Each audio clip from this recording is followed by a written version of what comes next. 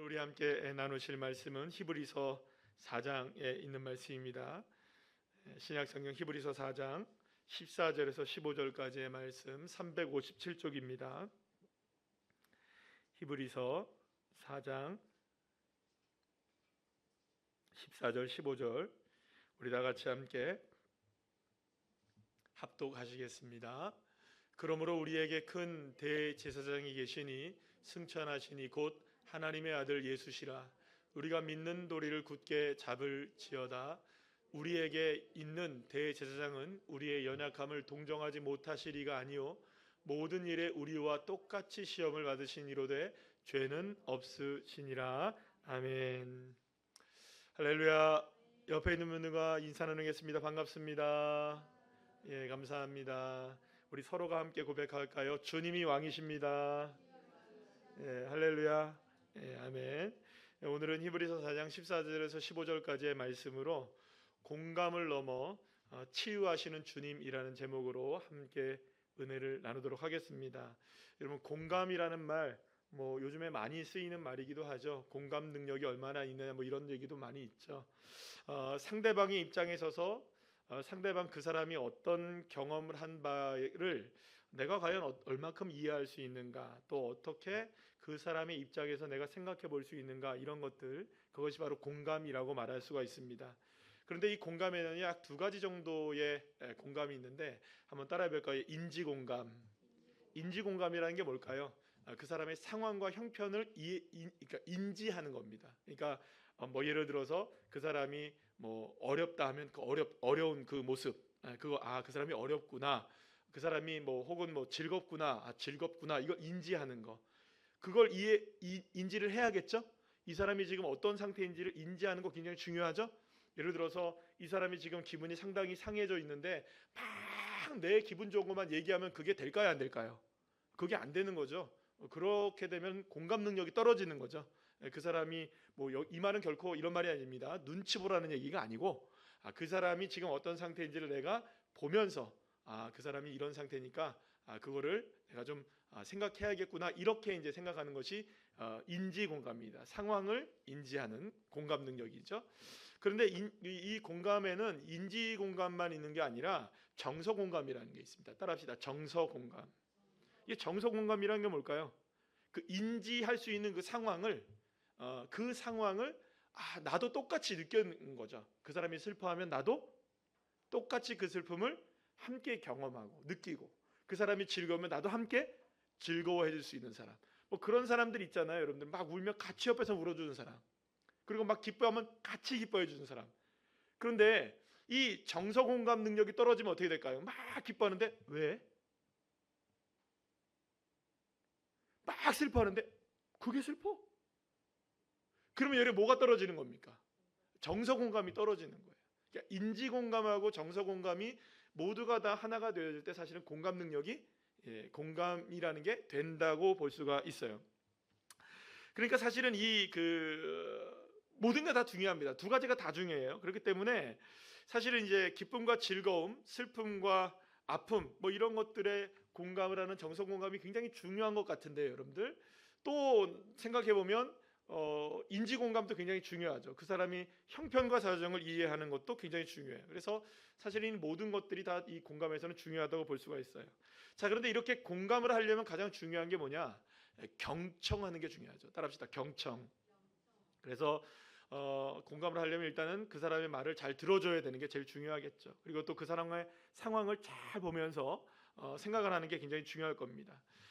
그리고 그럴 때 사실은 가장 중요한 게 이제 기다려주기, 그 다음에 자기 말만 내뱉는 건 아니라 정말로 이렇게 들어줄 수 있는 그런 사람이 되는 게 중요한 거죠. 그래서 대부분 어떤 사람들이 공감 능력이 떨어진다고 했을 때는 누구 얘기만 합니까? 자기 얘기만 쭉 하고, 그 사람은 공감 능력이 좀 떨어지는 사람이라고 볼 수 있어요. 자, 그런데 우리들 가운데 공감 능력이 많은 사람도 있겠지만 사실은 이 땅 가운데 어떤 존재이든지 공감 능력이 많이 좋다고 해서 이분보다 뛰어날 수는 없을 것 같아요. 바로 예수 그리스도이시죠. 예수님이야말로 공감 능력에 있어서는 타의 추종을 불허하고 가장 놀라운 공감 능력을 갖고 계신 분이 누구이실까요? 바로 주님이십니다. 사실은 오늘 본문의 말씀을 보게 되면 우리를 향해서 이렇게 히브리서 기자는 이야기합니다. 뭐라고 얘기하냐면 우리의 연약함을 동정하지 못하실 분이 아니시다. 그러니까 동정을 하신다는 겁니까? 못 하신다는 겁니까? 하신다는 거예요. 연약함을 아신다는 거예요. 그냥 연약함을 동정하시는 분. 그러니까 동정이라는 말이 바로 이게 정서적 공감이랑 연약함을 안다는 것은 인지 공감이 동시에 있는 것을 이야기하겠죠. 그래서 결국에는 주님은 우리의 삶을 정확하게 공감하고 계시는 분이시다. 하늘의 보좌에 계셔서 우리와는 상관없이 살아가실 분 같으신데 하나님은 우리의 연약함 모두를 다 공감하고 계신다. 여러분 보통 대부분의 거짓된 우상들은 이렇게 볼 수가 있습니다. 예를 들어서 어떤 우상을 섬긴다 하면 우리 주변에도 그런 일들이 많잖아요. 예를 들어서 구슬한다. 그래서 그런 것들이 사회적 문제가 되는 게 많잖아요, 그죠? 혹은 이단들 한번 잘 생각해 보세요. 어떤 교주를 섬긴다, 어떤 신을 섬긴다 했을 때 그 신과 거짓된 우상들은요, 거짓된 종교들과 이 이단들은 백성들의 피를 빨아먹습니다. 백성들의 땀을 빨아먹습니다. 그래서 누구만 잘 살게 하는 겁니까? 신이 잘 살고 또 교주가 잘 살고 그런 거죠, 여러분들. 밑에 있는 성도라고 말하면 좀 우리가 교회 같아 보여서 제가 쓰기가 좀 싫은데 어쨌든 교주 밑에 있는 그 신도들 있잖아요. 그 신도들이라고 하는 사람들은 자기들 막 빚내고 막 일하고 막 해가지고 누구한테 갖다 바치는 겁니까? 교주한테 갖다 바치는 거예요. 그러면 교주는 그냥 떵떵거리면서 살아가는 거예요. 옛날에 여러분들 우상 같은 것도 마찬가지잖아요. 우상은 그 우상의 제단 안에는 먹을 것이 항상 넘쳐나도 백성들은 다 굶어 죽고 있어도 우상의 제단에는 넘쳐나는 거예요. 왜 그럴까요? 우상이라는 게 바로 그런 겁니다. 백성들의 피를 빨아먹고 땀을 흡수해서 자라나는 마치 독버섯 같은 존재가 바로 이런 우상인 거죠. 자, 그런데 그런 의미에서 본다면은 그러니까 우상들에게, 거짓된 종교와 이단들의 교주들에게는 그저 사람들은 다 뭘까요, 여러분들? 자기의 안위를 위한 소모품에 불과해 한 거죠. 그러면 여러분 이런 존재들이 그들의 아픔을 공감할까요? 공감할까요, 안 할까요? 공감 안 해요. 아니, 공감은 하죠. 어떤 공감을 합니까? 인지 공감은 하죠. 그들의 상황은 공감을 할 거예요. 야, 너 그렇게 어렵지? 그러니 뭐해? 이런 식으로 되는 거죠. 너 이거 어렵지? 그러니 너 이거 해. 이렇게 되는 거예요. 그러니까 상황을 공감은 하지만 뭘 못하는 겁니까? 마음을 공감을 못하는 거죠. 연약함은 알지만 연약함을 동정하지는 못하는 거죠. 그러나 주님은 뭐라고 얘기하십니까? 연약함을 동정하시는 분이시다. 이 말은 뭐냐? 결코 하나님은, 우리 주님은 저와 여러분의 피와 땀을 빨아먹는 분이 아니시라는 거예요. 오히려 우리의 연약함과 우리의 아픔을 바라보시면서 함께 공감해 주실 뿐만 아니라 눈물 흘려주시는 분이시라는 거죠. 그런데 여러분들 단순하게 우리를 향하여서 눈물 흘려주고 우리를 향해서 공감해주는 정도의 분이 주님이시라면 우리 주변에도 그런 사람 있습니까, 없습니까? 많지는 않아도 여러분들 옆에 계신 분들이 공감을 잘 해주시죠? 예, 감사합니다. 인사 한번 하시죠. 감사합니다. 예, 잘 공감을 해주셔서 감사합니다. 예. 서로 공감을 잘 해주실 거예요. 그러니까 주변에 보면은 이렇게 공감 잘 해주시는 분이 많이 있어요. 그러면 여러분 예수님은, 우리 주님은 그런 분들과 차이점이 있어야 될 거 아니에요. 적어도 주님이시라면, 하나님이시라면 우리를 공감하실 때, 연약함을 공감하신다고 말씀하실 때 그 공감이라는 것이 그냥 단순하게 울어주고 기뻐해주고 이 정도의 공감이라면 친구 정도는 될 수 있겠죠. 그러나 우리의 구원자는 되시지 못할 거 아니에요. 그래서 성경은 우리에게 분명하게 얘기하십니다. 하나님이 우리를 공감하시기 위해서 어떤 작업을 하셨는지. 요한복음 3장 16절 우리 다 같이 외우셨죠? 외우고 계시죠? 시작. 하나님이 세상을 이처럼 사랑하사 독생자를 주셨으니 이는 그를 믿는 자마다 멸망하지 않고 영생을 얻게 하려 하심이라. 아멘. 사랑하는 여러분, 하나님이 우리를 공감하셨던 이유 중에 하나는 뭐냐면, 공감의 최고봉이신 이유 중에 하나는 뭐냐면 독생하신 예수님, 그의 아들 예수님을, 가장 높으시 계신 그 예수님을 오늘 14절 말씀에도 뭐라고 얘기하십니까? 큰 대제사장이 계시니 승천하시니 곧 하나님의 아들 예수라고 말씀합니다. 그러니까 그렇게 높고 위대하신 그 예수님이 우리를 위하여서 죽으시게끔 하도록 허락하셨다는 거예요. 우리의 연약함이 너무나 연약하기 때문에, 우리의 죄악이 너무나 심각하기 때문에 우리 스스로가 어떻게 할 수 없는 그 아픔과 이 죄악의 허덕임과 고통 속에서 허덕임을 빠져나올 수 없는 이 수렁에서 건져내야 하는데 건져낼 방법이 없는 거예요. 그 안에서 너무 힘들어하는 우리를 보신 거죠. 그래서 주님이 결정하신 게 뭐냐? 예수 그리스도 그 외아들 독생자를 십자가에 죽게 하심으로 그의 아들을 죽이시고 다른 아들을 살리시는, 여러분들과 저를 살려주시는, 공감하시는 정도가 아니라는 거예요. 여러분들, 자신의 모든 것을 다 내놓으셔서 우리를 살려주신, 그냥 울어주고 그냥 위로해주고 토닥거려주는 것도 고마운 일인데 그 정도가 아니라 그걸 넘어서서 아예 저와 여러분을 회복시켜 주시고 저와 여러분을 살려주시기 위해서 높으신 계신 그 위대하신 주님을 가장 낮은 이 무덤으로 끌어내리셔서 저와 여러분을 살려주신 분이 누구시냐? 우리 주 여호와 하나님이시라는 거죠. 말도 안 되는 결단을 하신 겁니다. 왜 하신 걸까요? 말씀드린 대로 우리를 엄청 사랑하셔서, 너무너무나 사랑하셔서. 찬양 요즘에 그 찬양 있잖아요. 하나님이 너를 엄청 사랑하신대. 할렐루야. 일부러 랩처럼 한 건데, 하나님이 너를 엄청 사랑하신대. 너를 엄청 사랑해서 하나님의 아들을 우리를 위해서 내어주시기까지.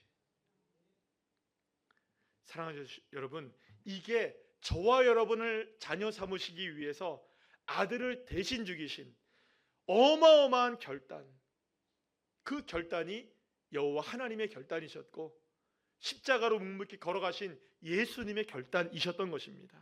그래서 여러분, 오늘 본문 15절 말씀에서 이렇게 말씀하십니다. 다 같이 읽어볼까요? 시작. 우리에게 있는 대제사장은 우리의 연약함을 동정하지 못하실 이가 아니요 모든 일에 우리와 똑같이 시험을 받으신 이로되 죄는 없으시니라. 아멘. 사랑하는 여러분, 하나님과 예수님이 우리를 위해 모든 것을 다 버리실 수 있었던 것은 단 하나, 우리의 연약함을 동정하시는 분이시기 때문인 거예요. 우리의 대제사장 되신 예수님은 우리가 연약해서 넘어지고 쓰러지고 고난과 역경 가운데 힘들어하는 모습을 그저 보시면서 긍휼한 마음으로 공감해 주시고 토닥거려 주시는 것만이 끝나는 것이 아닌 거예요. 단순하게 인지 공감을 하시고 정서 공감을 하신 것이 아니에요. 우리의 형편과 사정을 절대적으로 공감하신 그 주님께서 자신도 아픔을 함께 느끼고 계시고 슬픔도 함께 느끼고 계시고, 우리가 울 때 주님도 우시고 우리가 넘어졌을 때 주님도 함께 넘어져 계시고, 여러분, 이 정도로 공감으로 끝나셔서 될 일이 아니라는 건 주님이 아셨던 거예요. 여러분, 이 정도만 해도 고마우신 건데, 그죠? 이 정도만 해도 고마운 건데 아예 슬픔의 사슬을 끊어버리시기 위해서, 아픔과 저주의 고통에서 해방시키시기 위해서, 그 모든 근원을 완전히 해결하기 위해서, 그러려면 죄의 문제를 해결해야 되기 때문에 죄의 문제를 해결할 수 있는 방법은 오직 예수의 십자가밖에 없었던 거죠. 그래서 우리를 죄에서 해방하사 하나님의 자녀 삼으시기 위해서 스스로 십자가에 못 박아 죽으시는, 그래서 제물이 되셔서 저와 여러분을 살리신 분이 누구시냐? 연약함을 동정하신 예수의 은혜, 하나님의 은혜인 줄로 믿습니다. 사랑하는 여러분, 이러한 주님이 저와 여러분을 다 알고 계셔요. 나의 약함도 알고 계시고 나의 외로움도 알고 계시고, 여러분, 내가 당한 배신도 알고 있을까요? 모르실까요? 내가 지금 상처난 거 주님이 알고 계셔요.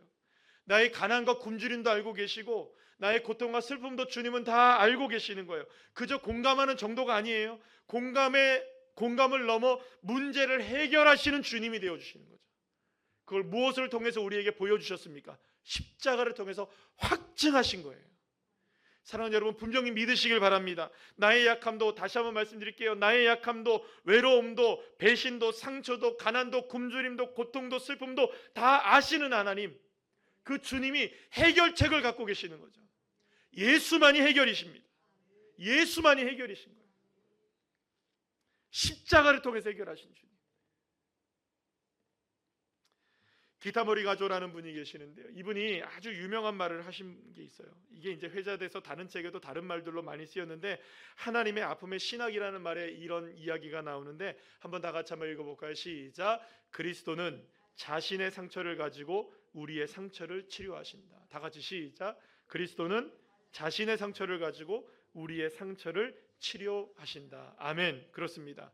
상처 입은 치유자, 주님의 상처가 우리를 치유하시는 거예요. 주님이 상처를 입으신 이유가 뭘까요, 여러분?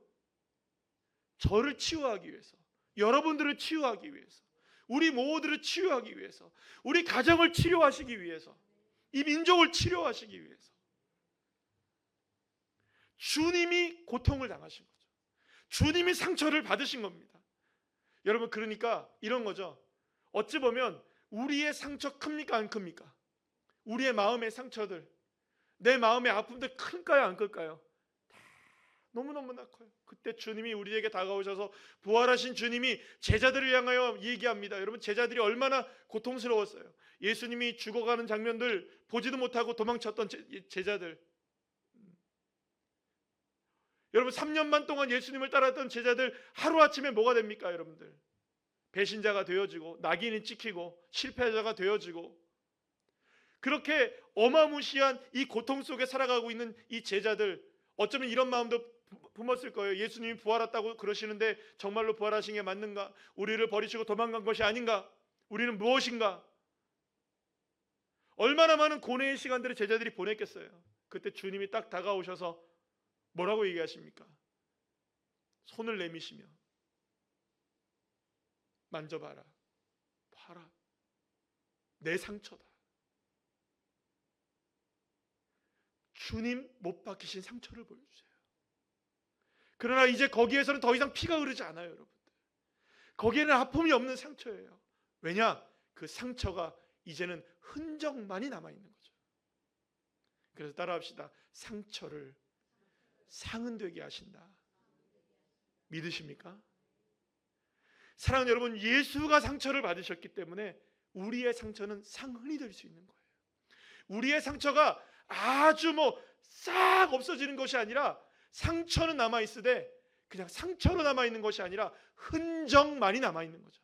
상처는 있었구나. 그러나 이 상처는 이제 더 이상 상처가 아니라 무엇입니까? 흔적만 남아있는 거죠. 그걸 바라볼 때마다 우리는 감사할 수 있는 거예요. 주님이 하셨구나. 주님이 담당하셨구나. 주님이 하셨구나. 사랑하는 여러분, 그렇기 때문에 저와 여러분에게, 여러분 잘 보세요. 예수님의 이 십자가에 못 박히신 거는, 십자가에 못 박힌 이 상처는, 구멍은 주님의 죽으신 이유예요. 그죠? 그렇죠? 이 십자가에 못 박힌 이 못 때문에 여기서 피가 흘려져서 죽으신 거 아니에요.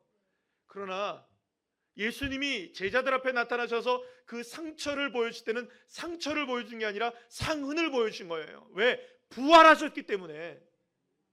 부활하셨으니까 여러분, 더 이상 상처가 아니라 상흔이 되는 거죠. 주님은 상처를 당하셨어요. 그러나 상처로 남기지 않으시기 위해서 상처를 받으신 거예요. 그래서 상처 입은 무엇이 되십니까? 치유자가 되시는 거예요.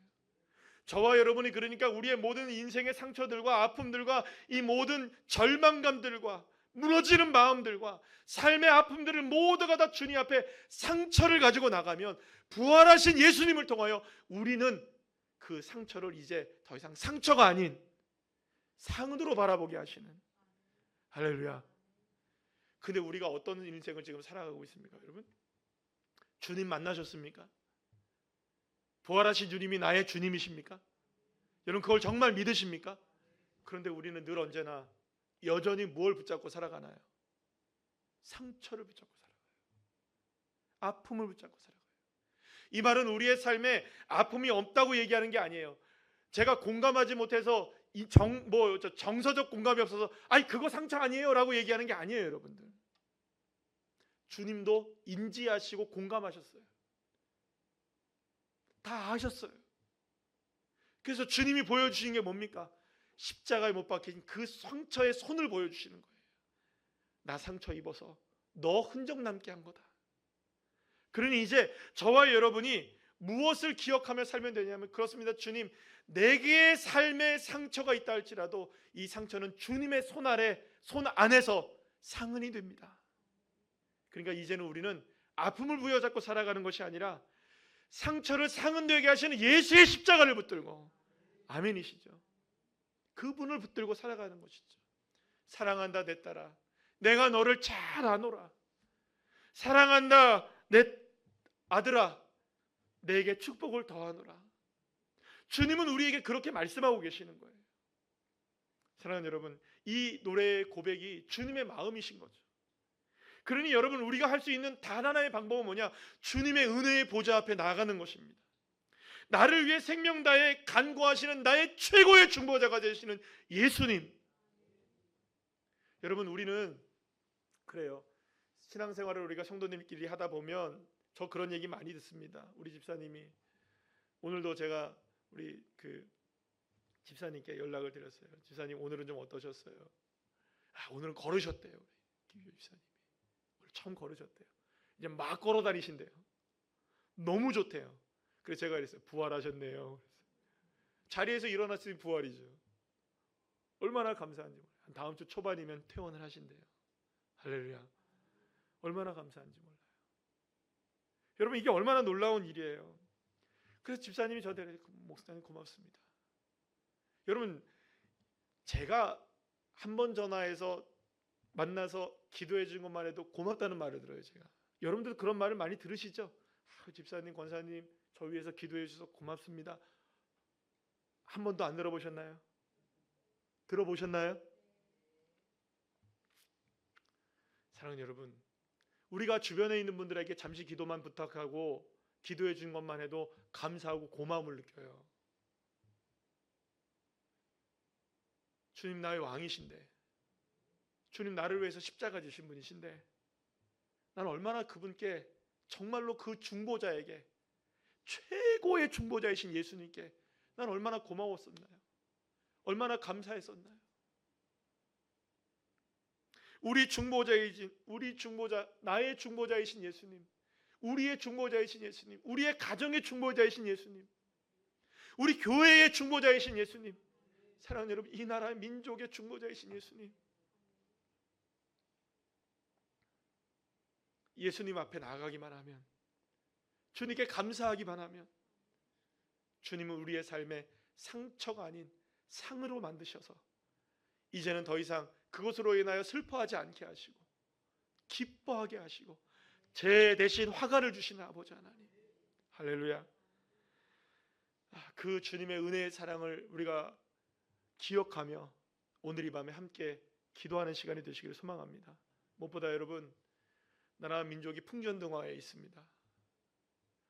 어쩌다가 우리 민족이 이렇게 됐을까라는 생각을 해보니, 그동안 우리 민족, 우리나라 백성들이 모두가 다 헛된 것을 바라보며 쫓았던 것이 아닌가. 저는 이렇게 뉴스도 요즘에 여러분들 많이 보실 거예요. 유튜브도 올라오는 것도 보고 이렇게 보고 다 하면서 제가 답답한 게 있었어요.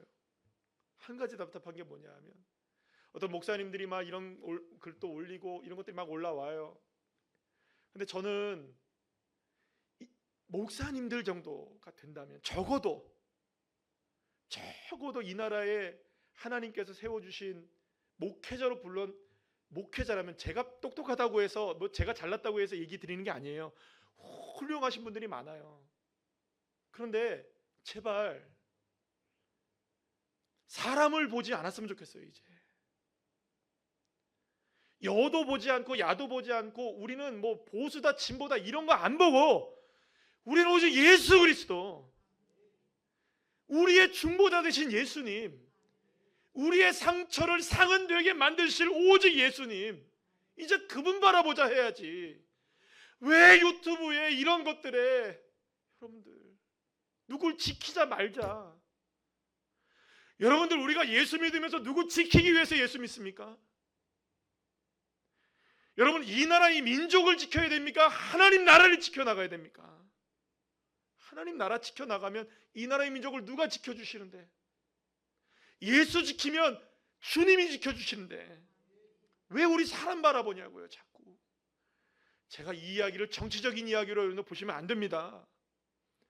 이 모든 것들을 뛰어넘어서 이제야말로 한국교회 정말 정신 차리고, 성도들 정신 차리고, 우리는 여러분 이런 꼬리표가 이제 달리지 않았으면 좋겠어요. 왜 한국교회가 보수니 진보니 여기에 매달려 있습니까, 여러분? 더 이상 우리는 그거 아니에요, 여러분. 우리는 예수예요. 오직 예수. 상처를 상은 되게 하시는 예수, 우리의 중보자이신 예수, 그분이면 되지. 누구를 바라봐요? 누구를? 누가 우리에게 여러분들 길을 열어줍니까? 누가 우리에게 진리가 되어주십니까? 누가 우리에게 생명이 되어주시는데 뭘 바라보자는 거예요 지금 도대체? 여전히 여러분들 이 아픔을 겪으면서도 한국교회 성도들, 목회자들이 깨어나지 못하고 예수 바라보자는 얘기를 못하고 있어요, 여러분들. 피켓을 드는 것도 우리의 자유이고 정치적 의사를 표현하는 건 자유입니다. 내가 뭐 여기를 하고 저기를 하고 이거는 누구나 자유롭게 하는 거예요. 그러나 여러분, 적어도 우리가 그 모든 것들을 떠나서 예수 앞에 무릎을 꿇고 주님 앞에 맡기면 이 어마어마한 상처, 여러분들, 이 엄청난 상처, 이 아픔, 이거를 싸매주시고 회복시켜 주실 분은 누구냐? 우리 주 예수 그리스도, 그분밖에 없다는 거. 사랑하는 여러분, 이 아픔도 주님이 저는 공감하고 계실 거라고 생각합니다. 이 아픔을 주님이 왜 모르시겠어요? 한국 민족 앞에, 우리 민족 앞에 왜 하나님께서 지금 이 시기에, 여러분 우리나라 그래도 잘 나가고 있었잖아요, 그죠? 위기가 많았지만 그래도 괜찮잖아요, 여러분들. 해외 나가 보니까 알겠더라고요. 이 나라 민족 정말 괜찮은 민족이에요, 여러분들. 정말로 좋은 민족이에요. 정말 좋은 나라예요. 근데 어쩌면 이게 감사가 될 거라고 저는 믿습니다. 이 아픔을 통해 주님이 우리를 정말로 주님 앞에 회복시켜 주시고, 이 아픔이 오히려 우리를 새롭게 만드시는, 보라 내가 새 일을 행하리니 이제 나타낼 것이라. 들짐승 같아도 승냥이 같아도 타조 같아도 여호와 하나님을 존경하기만 하면, 하나님 존중하기만 하면 우리 그 주님을 통하여서 우리 민족을 주님이 세워주셨음을 우리가 고백하게 되고 하나님 찬송하는 민족 되게 하시는 놀라운 역사를 주실 줄 믿습니다. 이 시간 이 믿음을 가지고 나를 위해 기도하시고, 우리 가정을 위해 기도하시고, 교회를 위해 기도하시고, 민족을 위해 기도하실 수 있는 그런 은혜의 시간이 되시기를 간절히 축복합니다.